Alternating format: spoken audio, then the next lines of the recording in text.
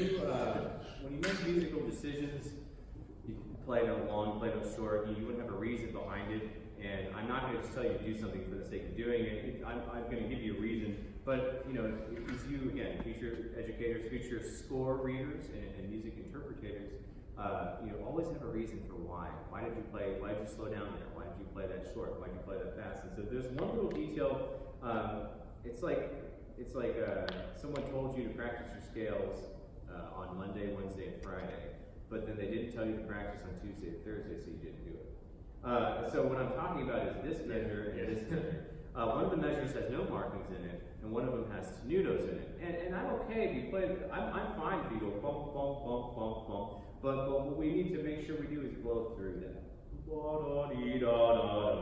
it's elongates, or maybe you're playing that short to make the other one sound or it's tenuto. But let's get our terms straight for a second. What does tenuto mean? The line, my least favorite musical marking. What is it? What does that mean? What does tenuto mean? It's no long percussion. No shape in the percussion. Okay. No shape in the electron itself. Okay. What else? Anybody else got a suggestion? Long but separated. Okay. Well, sometimes you have a tenuto with a staccato marking or a mixture of articulations. That might be more applicable there. So, this is just my opinion. When I see tenuto, I think clear front, full value. Clear front, full value. But a lot of times people get flat-footed musically, da da da da da, and they kind of turn their brain off, and they just shape the note how it looks. But I would never play a note, any note ever, with just da da da da da da da, and that, I think that's just, again, just my personal opinion. I feel like that the extra firm attack creates the shape of it. Bum bum bum bum bum. It's like an accent, but it's just, it's just a little bit at the beginning of it, but it's full sustain. So that's just one little thing about tenutos. Again, are you doing this on purpose? Or are you just never thinking about it? I guess I wasn't thinking about it. Okay, well, short or long, doesn't matter as long as it goes to the bottom. So I'd like you to play this again here. Bum, bum, bum, bum, bum, bum. And then you can play them the same, or you can maybe put a little more lift on it if you feel the spirit moves you. I'm not going to tell you exactly how to play this because that's the beauty of interpreting this music. I personally would connect everything, but if that's something that you guys want to talk about, that's your thing. Either way, you got to get us to the E flat. Start maybe right there. One up one. It's okay.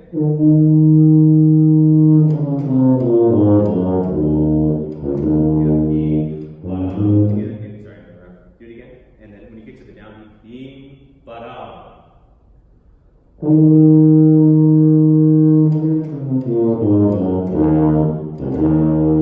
Now, let's talk about dynamics. For those of you who have played this solo before, the second movement, is it, which one is it? and all in unison, we didn't rehearse that at all. It was like, whoa, what's going on over there? Yeah, just relax. I think it went too loud. Just in general, at the beginning, especially right here, at letter C, it's piano, crescendo, just little things here. But in terms of overall playing, it's great. I do want you to play the first note for me.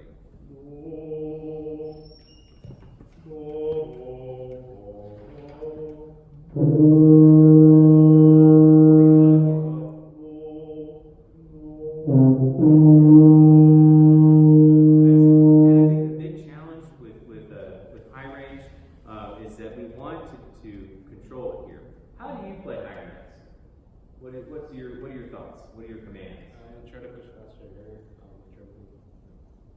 I try to take a really good breath. Okay. Focus. I try to hear it first. Maybe sing it first. Hear it, sing, great, all good things. What about here? What do you do? Make sure my corners are firm. From corners. What about the middle? What do you do? I don't want to say tighten it, but I want to I don't know. Leave it alone. Let it vibrate. And I think that's the biggest challenge that we have. You have to have just enough. It's like the porridge, the Goldilocks porridge. It has to be just the right temperature. If we're too firm or when it controlled in the middle, you get that kind of sound. But if we're not, if it's too cold, and we're not relaxed, or we're too relaxed, then we don't get partial. We get a lower note. So you have to find the sweet spot. And I think using that vowel shape to open up the middle.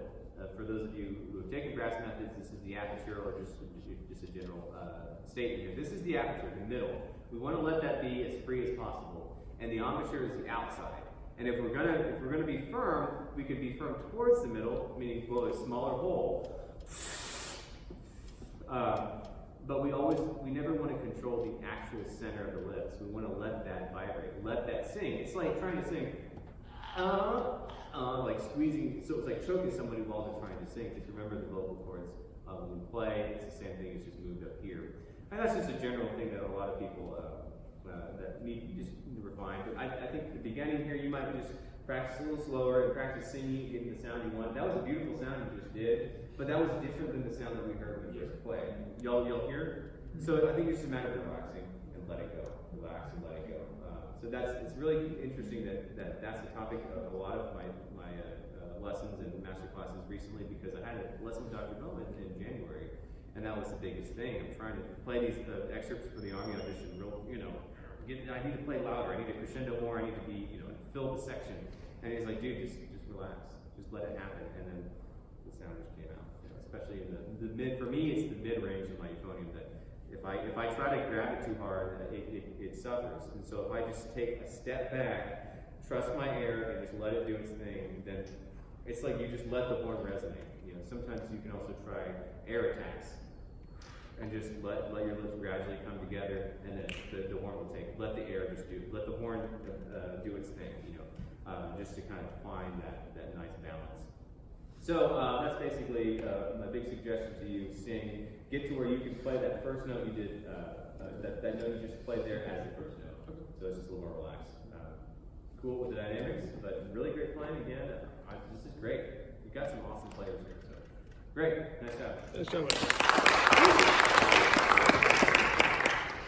See how you get that 2:30 feeling? What time is it? What time is it now? About 8 after 7. that 8 after 7 feeling. Yeah. One thing they don't teach you when you